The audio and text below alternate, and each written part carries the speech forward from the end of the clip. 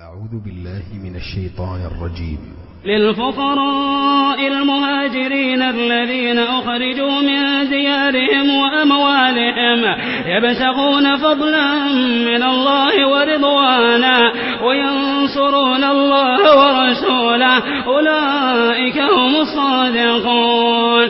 والذين تبوأوا الدار والإيمان من قبلهم يحبون من هاجر إليهم ولا يجدون في صدورهم حاجة مما أوتوا ويؤثرون على أنفسهم ولو كان بهم خصاصة ومن يوق شح نفسه فأولئك هم المفلحون. والذين جاءوا من بعدهم يقولون ربنا اغفر لنا ولإخواننا الذين سبقونا بالإيمان ولا تجعل في قلوبنا غلا للذين آمنوا ربنا إنك رؤوف رحيم.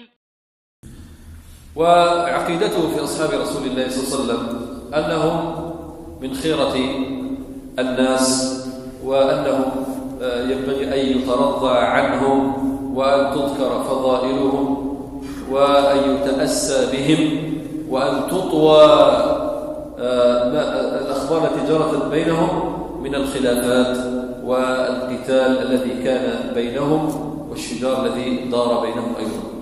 وهذه يعقد أهل السنة والجماعة. الإنسان إذا ذكر الصحابة لا يذكر مساوئهم، فممكن الإنسان يذكر خطأ لابن عمر أو خطأ لعمر الخطاب أو شيء جرى بين عمر وبين أبو بكر لا لأجل الانتقاص، لكن يذكر هذا مثلا لبيان حكم شرعي، لبيان مسألة معينة هي في سياق ما يريد إيصال المعلومة إلى السامع.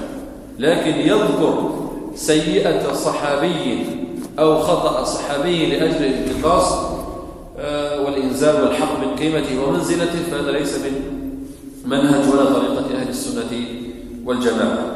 ولا نفرق بين أصحاب رسول الله صلى الله عليه وسلم في الجملة، فنترضى عنهم في الجملة وإن كان بعضهم يفضل بعضا، ففيه من تقدم إسلامه على من تأخر. ولا شك أن من أسلم في زمان الضعف وزمان الذل ولما كان بمكة لا شك أن هذا أفضل ممن تأخر إسلامه. ولكن كما قال الله عز وجل وكلا وعد الله الحسنى، حتى لا يظن الإنسان أن المفضول لا قيمة له أو ينزله منزلة هي أقل من منزلته. قال الله تعالى دفعا لمثل هذا الإيهام قال وكلا وعد الله الحسنى. فكل أصحاب النبي عليه الصلاة والسلام كانوا على خير وكانوا على تقوى وعلى إيمان وعلى جهاد ومناصرة ومؤازرة للنبي صلى الله عليه وآله وسلم.